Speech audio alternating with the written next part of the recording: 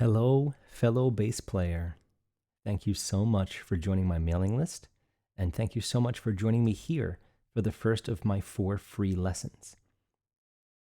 I think the most important thing that's going to come from this first one is not necessarily a full-on me holding your hand through all kinds of things lesson, but more about the ethos, the ideas, the goals, long-term and short-term, of the Bass Player University.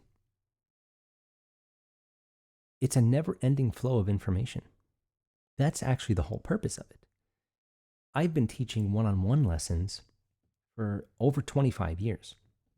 And one of the things I've noticed the most is that students, whether they start off really, pretty talented and able to do things right out the gate, or very slow to start and have never played an instrument before, no matter what level they're at, whether their parents made them do it when they were 7, or whether they're a 45-year-old person that's been playing for 20 years or more, they almost always lack fundamentals, solid fundamentals.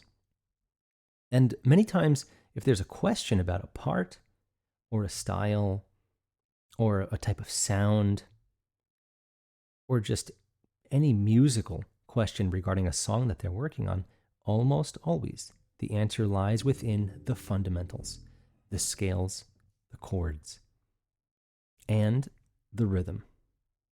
Rhythm being the absolute most important thing.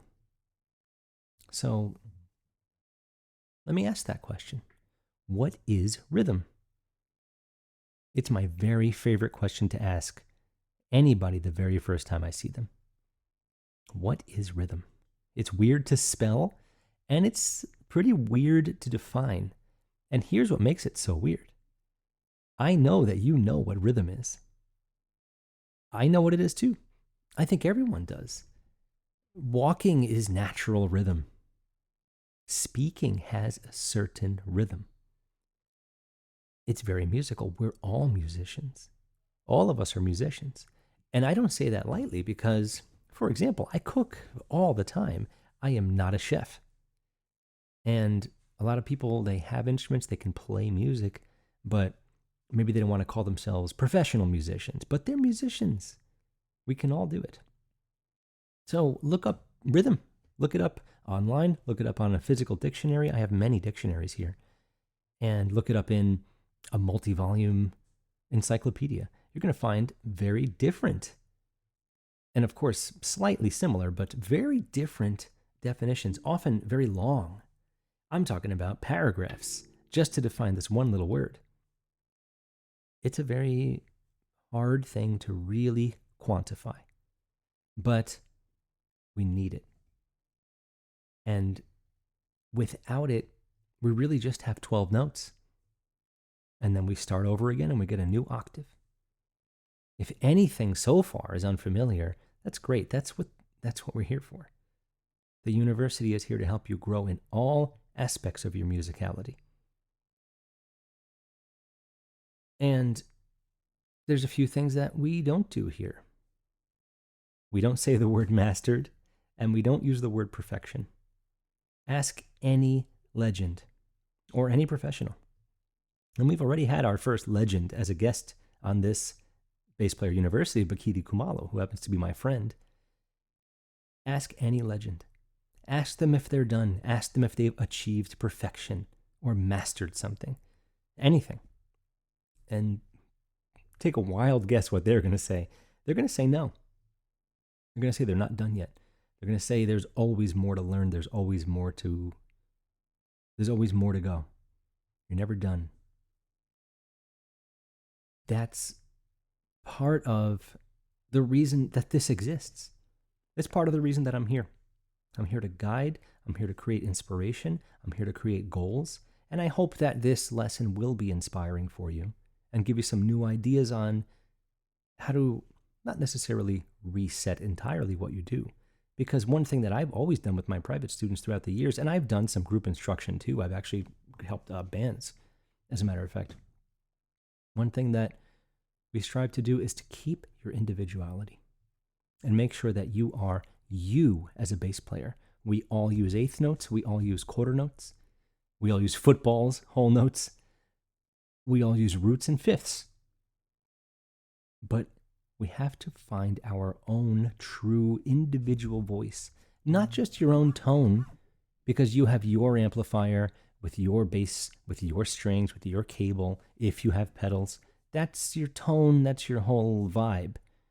And we'll talk about the word vibe in a second. But it's how you use rhythm that actually makes you who you are. This is what creates you as a bass player. We have a few rigid rules when we play our music. So to discover yourself through fundamentals and giving yourself a chance to start over and maybe fill in all those gaps that you know you have or that you didn't know you have. This is a big part of what's going on here. I found out a lot about myself through this process, and I hope to bring it to you as well. So let's just try a few things out for a second. At a fundamental level, what can we do? And trust me, we're not going to be using a metronome all the time. I think being a robot is not the best thing. But finding out how to be a robot, when to be a robot, when to not be a robot, it's a very important aspect of playing. Sometimes it comes into play when we're reading. We do something called dictation here, where I play something a few measures long and you try to write it out.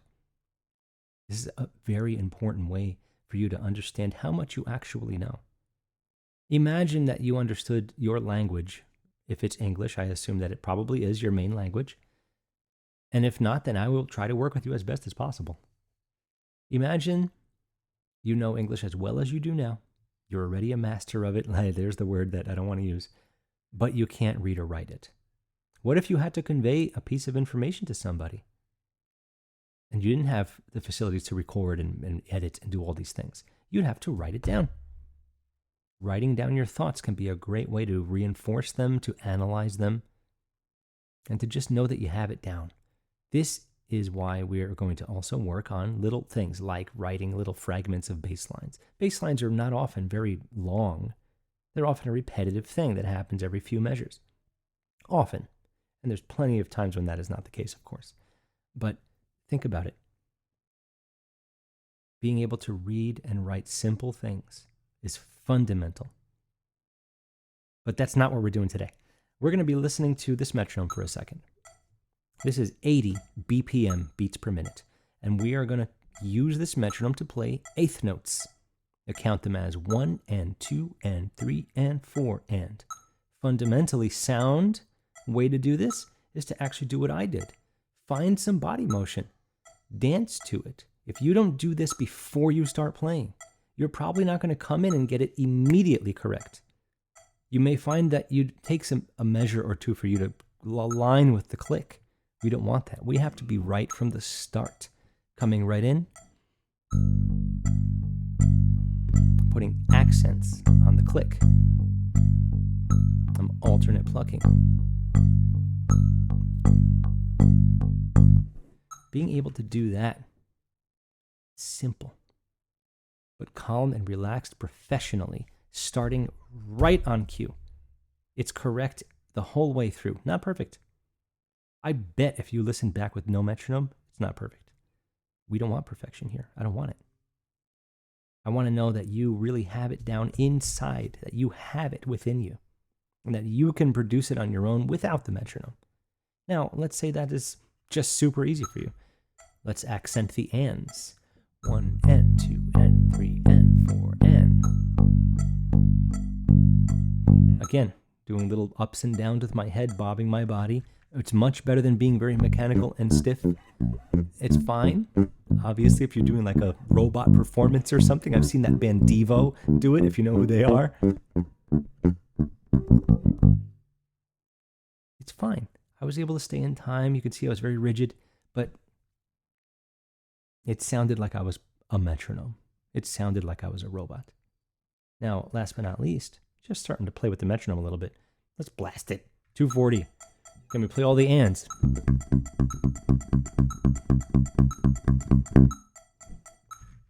That was just ands. Syncopation is the word there. Again, if you're not familiar with any of this stuff or some of this stuff, A big reason to come to the Bass Player University. So, what's another absolutely fundamental thing when you're first learning the instrument, or if you're decades into it? It's being in tune. Yes, of course, there are tuners that can do all the work for us. You should try to tune on your own as best as possible. You should be able to sing. See, it was fairly close, right? You should be able to get close to the notes on your instrument as best as possible. It's a very useful technique, and we will work on those kinds of things here. But that's not the kind of tune I'm talking about. I used that word vibe before, and vibe means vibration. Every time you pluck the string, you get a vibration of the string. You actually are getting an orbit if you pluck it a certain way. If you change the way you pluck, you get a different tone. If you change where you pluck, you get a very different tone. This is all part of being in control. But more importantly, are you in tune with the people that you're playing with? Not the notes, but are you vibing with them? Are you aligned with them? Are you listening? Is actually the question. Are you listening? I read it once a long time ago. Perhaps it was Bass Player magazine. I'm talking about the late 90s. It might have even been the mid 90s. Somebody said, I get paid to hear fast, not paid to play fast. I think it's just crucial. One of the most important things I've ever heard. And, decades later, I see that is obviously very true. What I want to offer here is musical currency. In the real world, currency gets you things you want. In the music world, the things you want require knowledge. Scales, chords, theory in general. Doesn't have to be anything extreme. You don't have to analyze extremely large classical pieces, but being able to is a good skill. But talking about rudimentary analysis, fundamental knowledge of scales and chords, and of course, a good, solid command of rhythm, feel, and different genres. All of this comes with time. All of this comes with practicing different things. But this is all part of being aligned with your band. Are you actually listening? Are you using one of the most important things, and one of the earliest things that develops in a human being is the ear? Our ears have an eardrum, as you know, the tympanic membrane, complete with a hammer to hit it. So that is a major factor. After being in this course, in this university, I think you'll be the guy or girl, the guy or the gal that can say, hey, that C sharp isn't working in the keyboard. Hey, guitarist, it might be a little loud for what we're doing right now. It's a big part of everything. Whether you're in the studio, the stage, whether you're practicing, whether you're taking a lesson, whether you're rehearsing with a band, these are all different environments with different requirements. I once said, you never know until the show. You can practice 50 times. Once you hit the stage with the song for the first time, and I'm sure some of you know exactly what I'm talking about, suddenly things have changed. So keep all of this in mind. Now, speaking of being a robot, let's see what happens. I'll do it live. I'm going to lower the click back to 80, and we're going to see if I can do something called burying the click. This is a test for yourself. Can you bury the click? Can you clap in time and actually get the...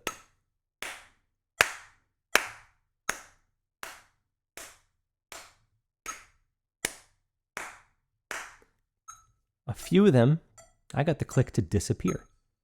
It's not about clapping hard either. It's about clapping at the precise, exact moment of the click. This is called burying the click.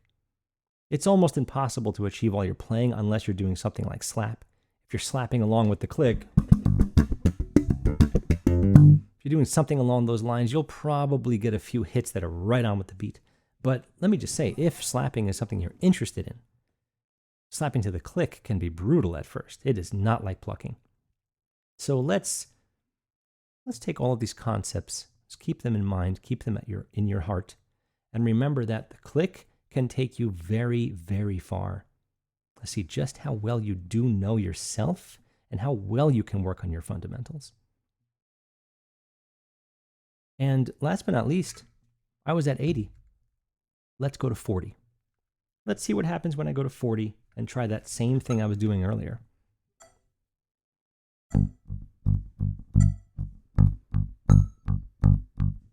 Now I'm starting to move. I think it's coming in better this way. I'm feeling the beat here. I'm not feeling necessarily the click, but I'm feeling what's in between.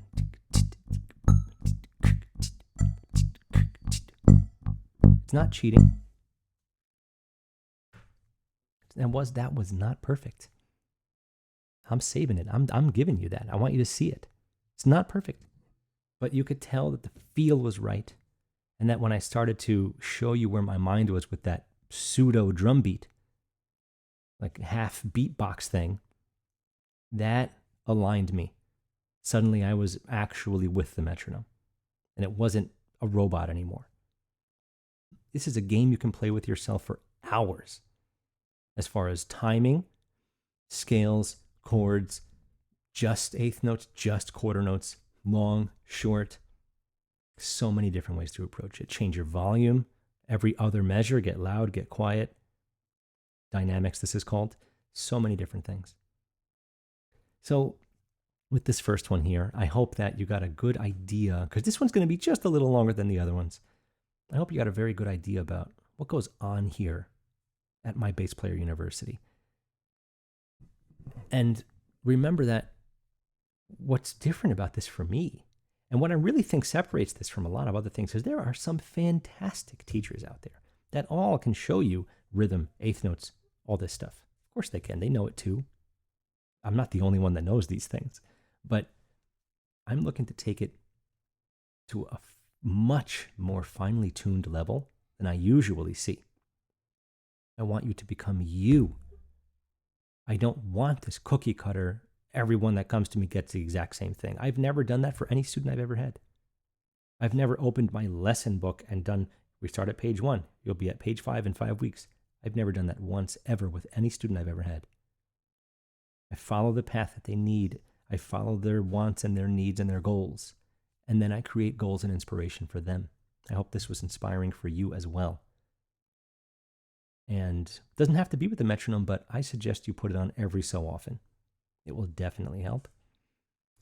And if there's anything else to mention, it's that I'm personally available, whether I'm your teacher yet or not. You can email me. Email me with questions if you have any. Because that's also, in the final words here, that is probably one of the best things about this group environment.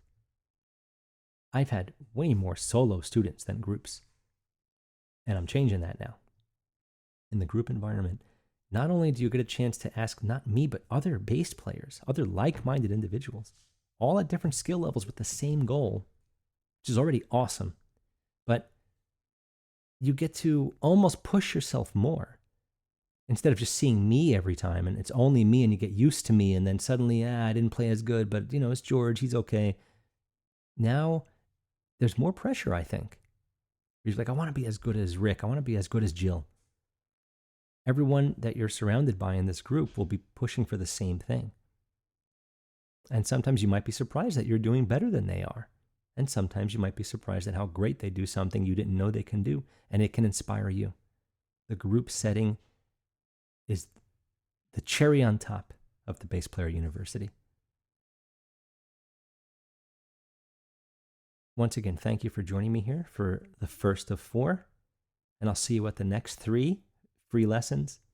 And I hope that it inspires you not only to find out more about who you are as a bass player, but I hope that it genuinely inspires you to want to join us here at the Bass Player University, because we've got some amazing guests lined up. We already had one unbelievable guest in Bakiti Kumalo, plenty more to come, and it's going to be amazing. And I look forward to seeing you there. Thank you.